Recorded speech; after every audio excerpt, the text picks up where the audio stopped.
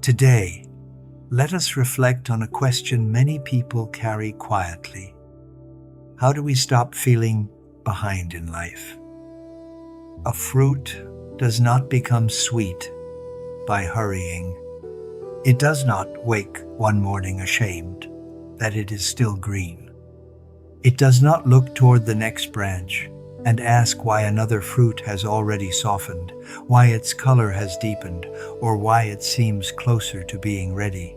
It remains where it is, held by the branch, warmed by the sun, fed by the rain, shaped by time, and slowly, in ways that are almost impossible to see, it ripens.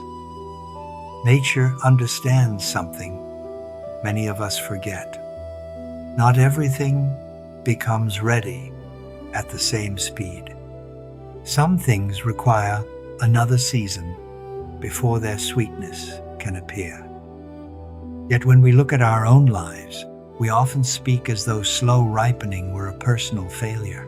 There is a quiet ache that appears when you feel late for your own life.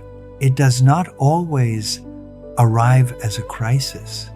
Sometimes it enters during an ordinary moment. You are making coffee before work, driving home after a long day, sitting alone after the household has become quiet.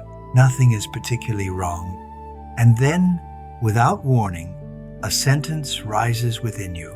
I should be further by now. It is a painful sentence because it sounds simple, yet it carries so much regret, comparison, fear, the suspicion that somewhere along the way you missed a door that everyone else somehow found. Once that thought enters, even a peaceful moment can begin to feel like evidence against you. A quiet morning becomes proof that you are not doing enough. An unfinished plan becomes proof that you lack discipline. A former colleague's promotion becomes proof that your career has stalled. Someone else's retirement plans become proof that you have not prepared properly. A friend's happy family news becomes proof that your own life has taken the wrong shape. Nothing in the room has changed, but the way you see your life has changed. It begins to feel smaller, slower, less certain, but life is rarely as clear from the inside as it appears from a distance. We imagine that other people move through their days with a complete map, while we are improvising with torn pieces of paper. We see their milestones and imagine a straight road. We see where they arrived, not the weather they crossed. We see the open door, not the years spent knocking elsewhere. We see the stable marriage, not the difficult seasons it survived. We see the successful business, not the debt, uncertainty, and sleepless nights behind it. And when we feel behind, we often forget to ask a simple question. Behind what? Behind which timetable? Behind which version of adulthood? Behind whose definition of success? Most of us carry an invisible clock that we never consciously chose. It was placed within us gradually through family expectations, school culture, workplace standards, social comparison, and all the small comments we heard about what a respectable life should look like. By this age, you should be established. By this age, your finances should be secure. By this age, your children should be settled. By this age, you should no longer be uncertain. Because this clock is invisible, we mistake it for truth. But a life is not a train schedule. It is closer to a garden. Some seeds open quickly. Others require a long winter beneath the soil. Some roots grow silently for years before anything green appears above the ground. If you looked only at the surface, you might believe that nothing was happening.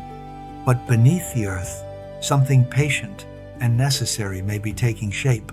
Perhaps this season of your life is not empty. Perhaps it is underground. Perhaps it is not a season of visible flowers. Perhaps it is a season of roots. Roots are rarely admired. No one gathers around to photograph them. But without them, nothing remains standing when the weather changes. This does not mean the waiting is easy.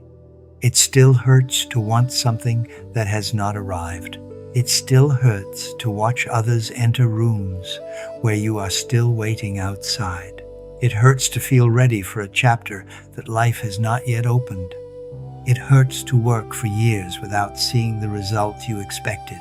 It hurts when your career no longer feels certain, when a relationship did not become what you hoped, when health, family duty, or financial responsibility changed the path you had imagined. There is no need to pretend that longing is easy. But there is a difference between feeling the pain of longing and turning that pain into a judgment against yourself. The first pain says, "There is something I deeply want that I do not yet have." The second pain says, "Because I do not have it yet, something must be wrong with me." Very often, it is the second pain that exhausts the heart. Not only the absence itself, but the meaning we attach to it.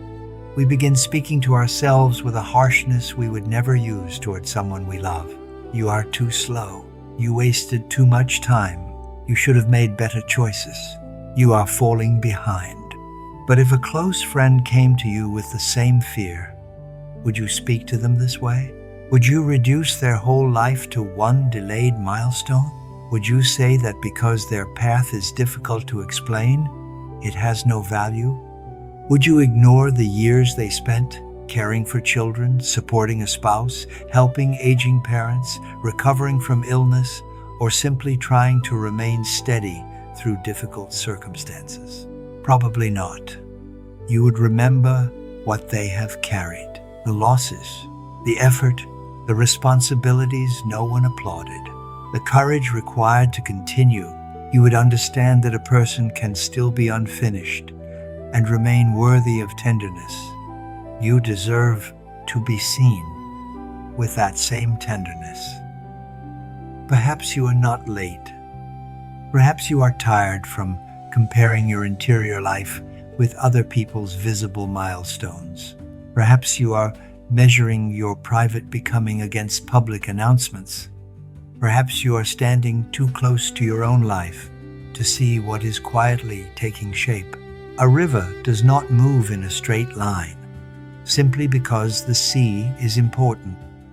It bends, it slows, it meets stones, it disappears behind trees.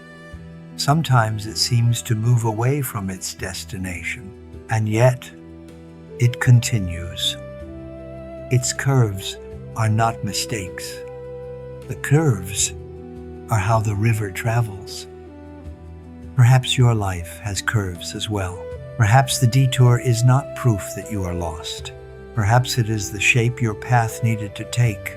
Some people find career success early, but discover themselves much later.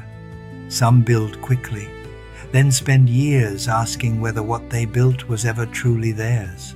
Some appear slow because they are trying, often without realizing it, to become more honest before moving forward. There are seasons when speed would cost too much. You could force the decision, force the relationship, force the career change, force yourself to remain in a role that no longer fits, force the appearance that everything is fine. You could run simply to stop feeling late. But sometimes, something deeper within you refuses to be hurried into a life that does not belong to you. That refusal can feel like confusion. It can feel like delay. It may even feel like failure. But perhaps beneath the discomfort, something is trying to protect your future from being built entirely out of fear. There is an ambition that grows from genuine desire, and there is an ambition that grows from panic. The first gives energy. It creates openness. it feels connected to life. The second tightens everything. It says you must hurry because you are not enough. You must appear successful so no one can question your choices. You must catch up, even when you no longer know where you are running. Wanting more is not wrong. Wanting love, stability, meaningful work, financial security, recognition, or a home that feels peaceful is not wrong. Desire can be a compass, but when desire becomes mixed with shame, the compass begins to shake. Then we stop asking, what is honestly calling me? And begin asking, what will make me look less behind? These questions lead to very different lives. So when the thought appears, I should be further by now, pause before believing it completely. Treat it like a knock on the door, not a command. Ask, who is speaking right now? Is this urgency asking me to grow? Or is it asking me to abandon myself? It takes time to know which dreams are truly yours. It takes time to stop confusing approval with peace. It takes time to release goals built from other people's expectations. It takes time to forgive yourself for the years when you were not building a perfect future, but simply surviving the present. None of that time is necessarily wasted. Perhaps you needed those years to discover what does not nourish you. Perhaps you needed the wrong road to recognize the right one. Perhaps you needed the silence after disappointment to hear your own voice again. Perhaps what appeared to be a delay was life removing something that would have carried you farther away from yourself. You do not have to understand the entire pattern today. Begin with something smaller and more human. Stop using this season as evidence against yourself. Let it be unfinished without calling it wrong. Let it be slow without calling yourself weak. Let it be quiet without assuming that nothing is growing. Then return to the day in front of you, not the whole future, not the life you believe you should already have, only this day, this conversation, this responsibility, this small act of courage that no one may notice. Often, what saves us from despair is not a grand revelation. It is one honest step, a message sent with care, a walk taken before making a difficult decision, a conversation postponed until the body is calmer, a project touched again for 20 minutes, a financial document finally opened, an appointment finally made, a comparison interrupted before it becomes cruelty. The honest step may not look impressive, but it has a different quality. It does not come from panic. It comes from presence. It does not ask, how do I catch up? It asks, what is mine to do now? That question returns you to yourself. You are not behind in your life. You are inside it. Inside the only place where healing can happen. The only place where a real choice can be made. The only place where your next step can appear. Perhaps you are not late. Perhaps you are still ripening. And what ripens slowly often carries a sweetness that hurried things never come to know.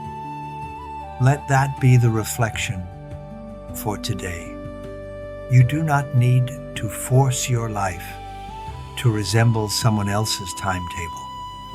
You only need to meet this season honestly and take the next step that truly belongs to you.